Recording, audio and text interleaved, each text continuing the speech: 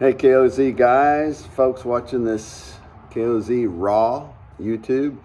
I had a thought today, and it came up a couple of times over the last seminars that I've been doing while I've been traveling around the country, and I've known it as a fact, as a reality for a long time. But it just came to mind today to maybe share it with you. And when I was young, probably 6 or 8, maybe 10, but maybe 6 through 10, my family did a lot of traveling around the country in the summers, and we would go camping. That was one of the things that my family did as a unit. My dad was at home.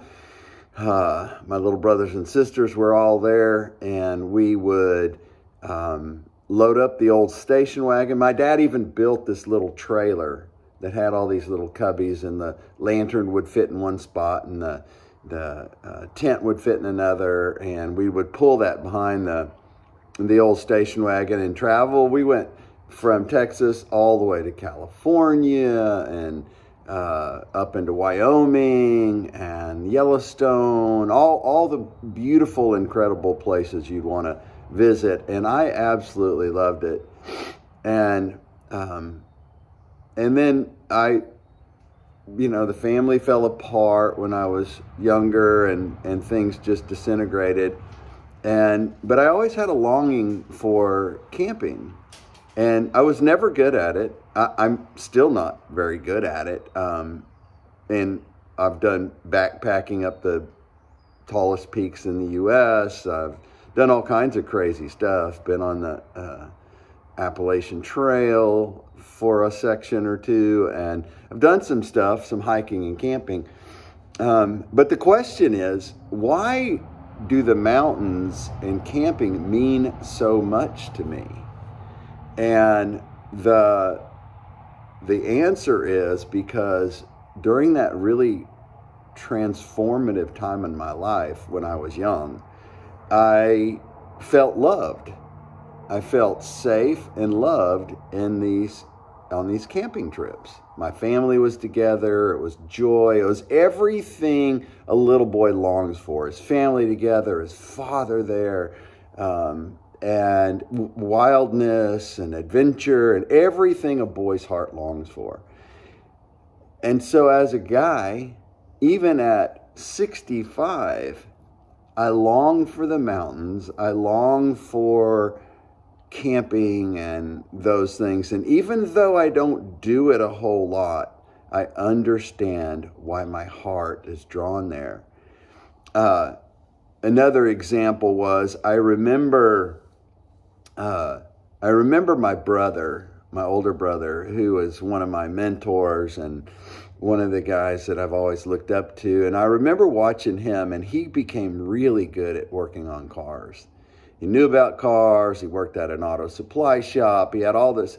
And so when I was 16 or 17, there was a short season that I lived with him. And the family was gone. He was making his own way, and I got to hang there for a while. And I had bought this car. I think it was an El Camino pickup truck with a 454. I mean, it was a screaming machine. And one day I heard this tick, tick, tick, tick, tick, tick, tick, and I thought, I can work on this. And so I went and I got his tools out, and I lifted the hood. Nobody was around, and I thought, okay, well, I'm going to work on this and get that clicking to stop. And I took off the valve covers and cranked down on the lifters. And if you don't know what all that is, it doesn't matter. You'll understand the story. And then put it back together, and it wouldn't start. And it wouldn't start. And I was so upset. And then I felt shame after all his buddies came around and said, "You did what?" And so I was always fearful of mechanics and mechanical stuff. Now, I've self-trained my stuff and watched a lot of YouTubes as of recent how to fix things like put a new carburetor on a mower, or just things like that, working on a chainsaw. And I'm self-teaching some of that stuff. But why the longing in my heart? Why do I feel the need to understand that or do that or work through that? Or why am I hesitant with stuff?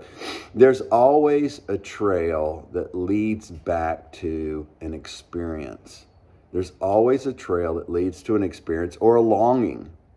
Something you saw somebody do that just captured your heart and you longed to do that. And so I would just encourage you, as you navigate the things that you want to do. I was listening to the John Eldredge podcast today, and he reminded me, which he's done many times, I was reminded in the podcast, to pray before I make a decision, to pray before I, with my wife, about where to go on vacation, to pray about, should I keep that Bobcat skid steer and work on it, or sell it and get rid? There's prayer before decisions. Pray before we make a decision. And but follow your hearts. Those things that you did as a child, those things that you long for, the things that you love, even the hurts that keep you from doing things that you long. Spend some time in it. Talk to Jesus in prayer about it, and understand why you love what you love, and why the things that are fearful. He'll explain that to you. He'll give you that information, but you got to spend time in it. Anyway, just my thought for the day. I love y'all. Thank you very much. Hey, if you like this video, please click on like and subscribe and all that kind of stuff. We'd like to get some people watching this, and even if it's helpful, by golly, it's helpful. So, regulators, let's mount up.